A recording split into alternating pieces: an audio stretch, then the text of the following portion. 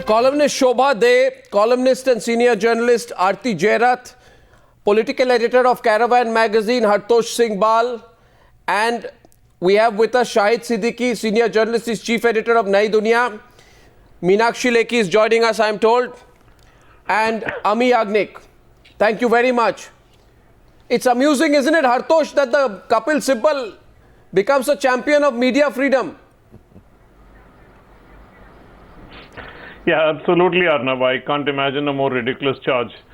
I think he was the minister concerned when a Facebook user was sort of arrested for a morphed picture of Sonia Gandhi. Exactly. Exactly. And now he becomes a champion. Shahid Siddiqui, you know, one week after the Prasar Bharati CEO admits on record that the ministry has been interfering with Doordarshan as was responsible for the editing of the Narendra Modi interview, Kapil Sibal becomes a champion of media freedom.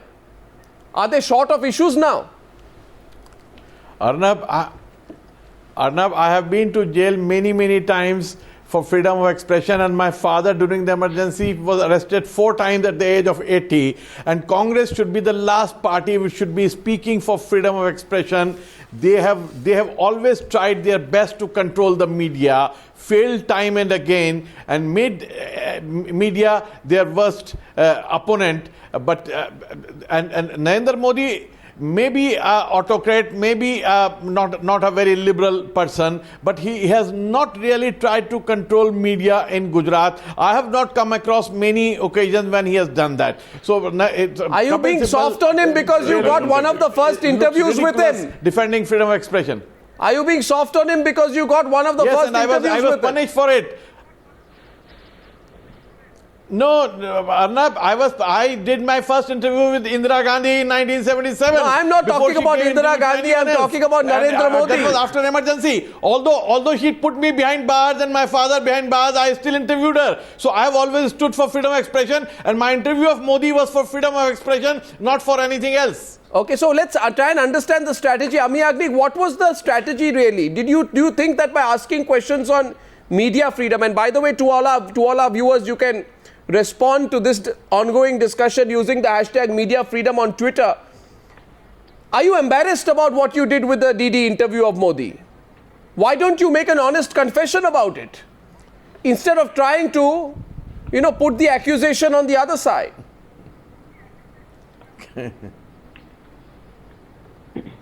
Arnav, don't drag in the DD interview and ask me questions which drag in. You have all answers to. It's the hottest subject of the day. Of course. Why not? What do you want me to talk about? 1977? You want me to talk about the emergency? I can. Because today you are talking about media and the ban that was in Gujarat. So why we should talk about 1977? I am just telling you one thing, that the Doordarshan interview was just like any other interview, completely centric to Mr. Modi, which he comes with on all channels. And so why create such a big issue out of what was edited or not edited? He does say what he wants to say at his rallies or wherever. So let us not go to the Doordarshan interview. But today what you are asking me is what happened in Gujarat from 2002 to 2007. And if you call that or compare it with editing, so you want to? No, this is terrible. Now you want to censor me too. You let me complete. You want to censor me too. You let me complete. No, you are practicing absolute intolerance on the program, where you don't even want to talk about the subjects of the day. I want to make a point. Yes, Shahid Siddiqui. But you don't want me to answer. No, please.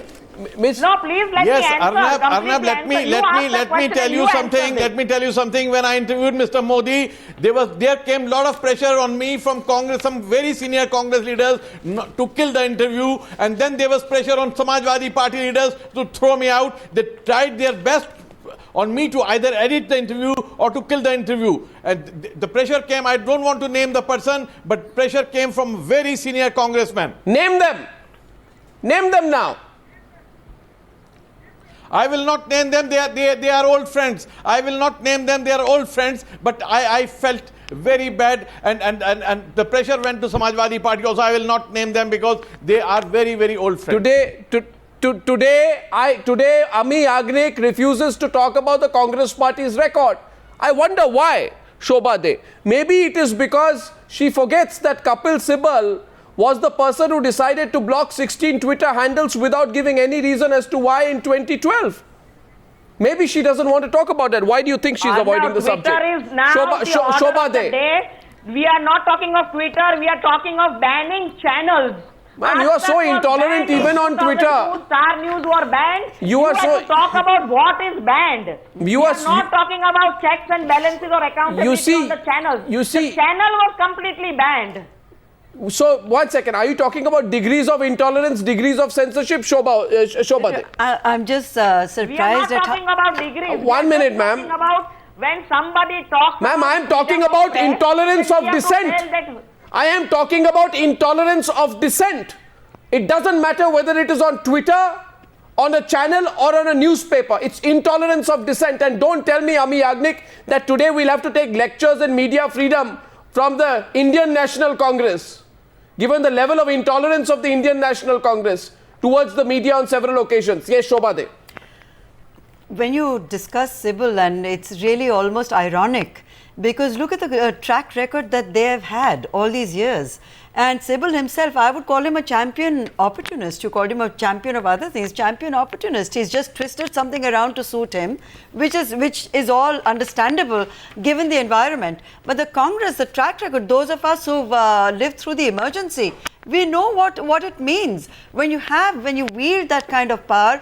But also I have to say that the media didn't cover itself in glory either. When we were asked, like they said famously, when you were asked to bend, you were willing to crawl. You chose to crawl. And I fear it may happen all over again. Yes. But what we are seeing today is a very distressing situation on the whole, and I am also including the media here, which is very happily getting co-opted by various political parties. Which co-opted by who? Co-opted Which media? By political, the print journalists, TV journalists, columnists are getting, in a way, the corporates are buying them over. They're buying over opinion. They're controlling content. So the freedom that we're talking about, there's no absolute freedom to start with.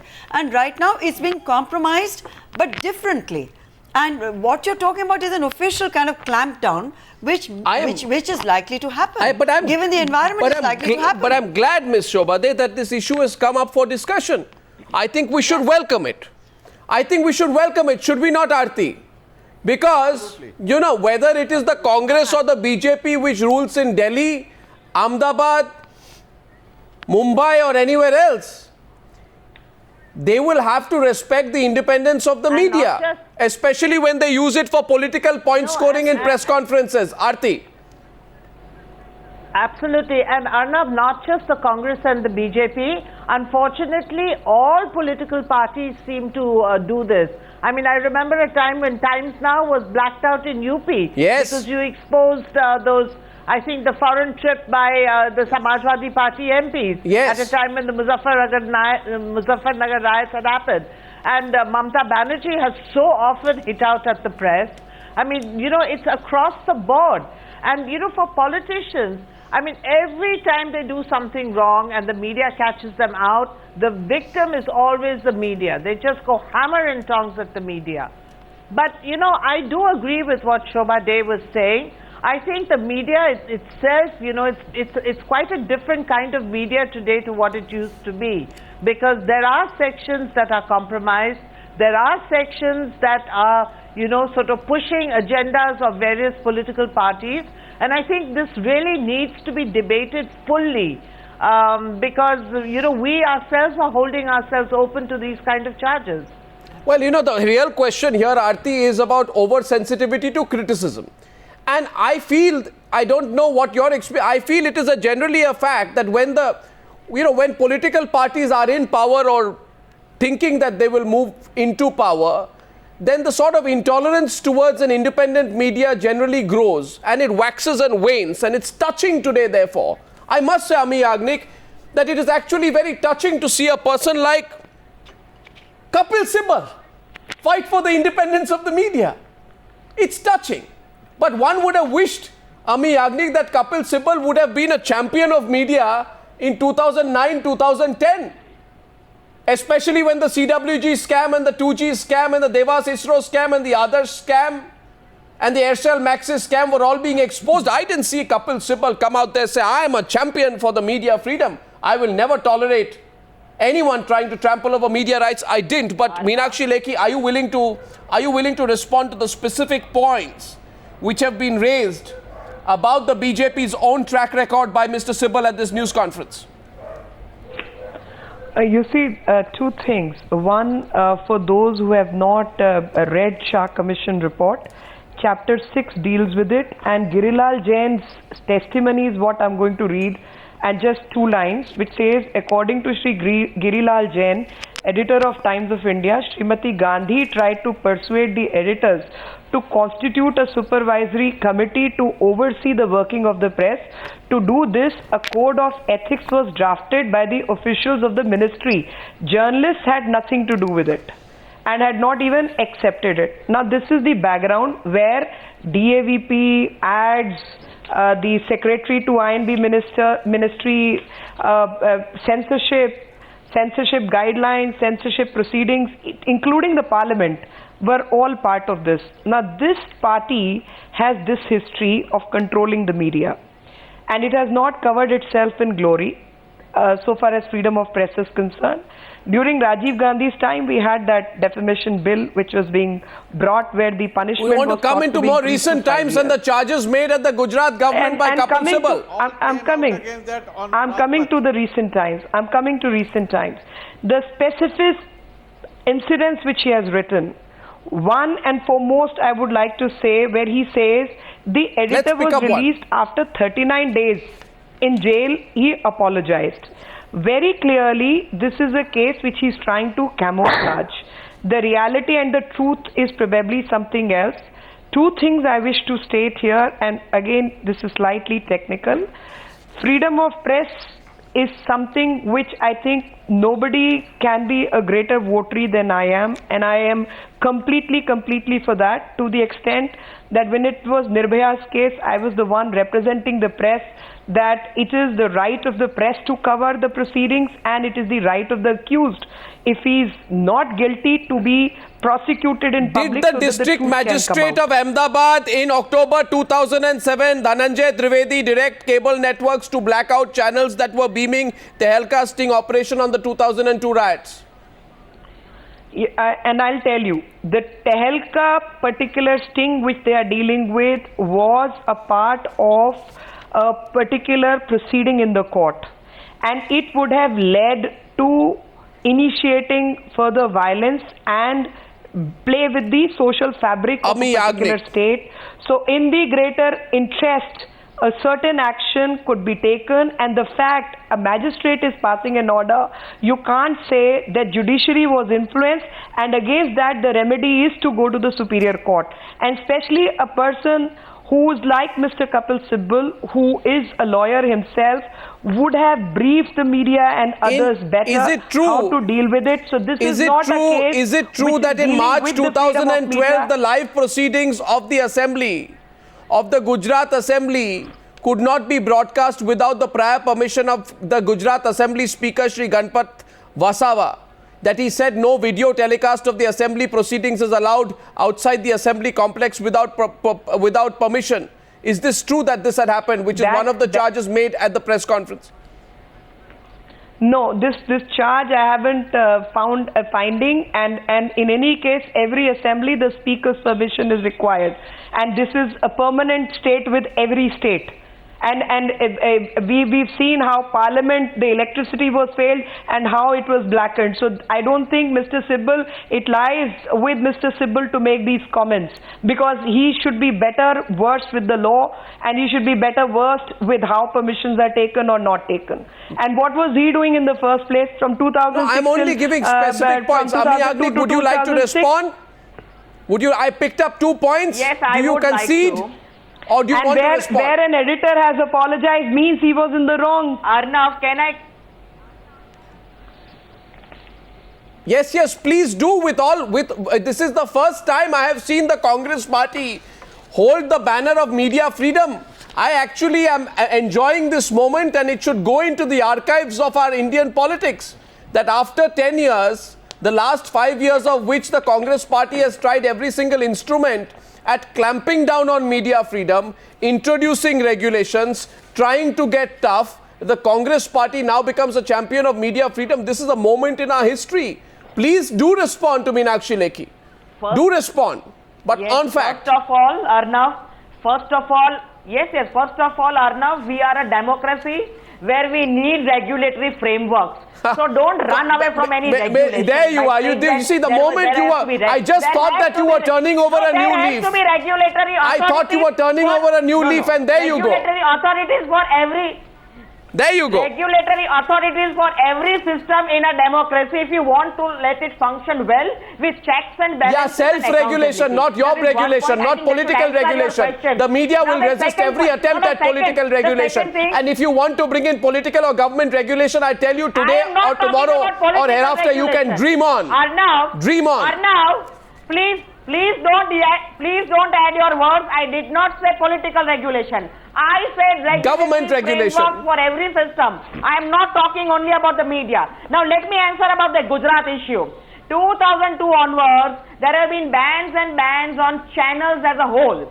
When Dhananjay Dwivedi, collector of Ahmedabad, banned the Aaj Tak channel without specifying a time frame because the sting operation was being shown by Telka. Now that was stopped even on CNN, IBN as well as IBN7. You can confirm that from the record. Now why don't you want the voices of the people be heard? Is that not accountability? Why can this be not brought to the notice of the nation? If such aspects are brought, why are you shying away from that? Is it not the truth which is happening in Gujarat when the Surat floods happened and there was a mismanagement of Meenakshi the water? Lekhi is responding to the first charge. The Surat face floods. She is responding to the first charge. Then the editor and the circulation manager. Ami Yagnik, 1 second. Meenakshi Lekhi is responding. 39 days. Just a minute. Meenakshi Lekhi is responding to your first charge. Shahid Siddiqui, Aarti Jairath, Hartosh, feel free to come into the debate after Meenakshi Lekhi speaks. Ms. Yagnik is again making false averments, and all I can state is that one of the so-called leading social activists was digging the graves, and which was being shown live on a TV channel in an atmosphere which is charged with all kind of violence. You think it is sensible to do that? And a grave which was formed under an order and which was a mass grave was being dug up by a private person and shown on a news channel. How morally correct or legally correct is that? In fact, this is a case of fit case for prosecution, and this is exactly what was going on. It was under the court order that grave was made. And this is how they actually lifted the dead bodies. Yes, I mean, it is inhuman, the kind of activity which was going on. The matter is again before the court. Was there any political party or politician who was being targeted? 1 second. I am saying it is which the was state, being questioned. Forget the political party. Was any political party being questioned? The amount Mr. Modi has been targeted by the media, if in fact freedom of press did not exist, some of the allegations being false would not have happened. Well, you seem to almost regret the fact media has... You almost seem to be regretting the freedom of expression. And media is covered under that right. Many a times where these things could not be permitted have also been, have not been taken up. But this is not a case of press censorship. I am saying legally, can you show digging of dead bodies from the grave? How correct is that? You may say you are all for media freedom. I remember a critical website which was taken off the internet after being on the web for 20 years in July 2013 after attracting 60,000 visitors. Is it true or not, Ms. Lekhi? And why did that happen? Who decides the outer line of criticism and who decides it's not? 1 second. Shobhade wants to respond to you. 1 second. Shobhade first. Shobhade and then Hartosh. So far as web is concerned... Shobhade. So far as web is concerned, tell me what can you find May I and just where add, Ms. all Lekhi, it if you gets could just blocked please and what all listen. happens. If you can please listen. You're referring to this one incident, one case where this dead body was being, and you're saying it's a fit case for prosecution.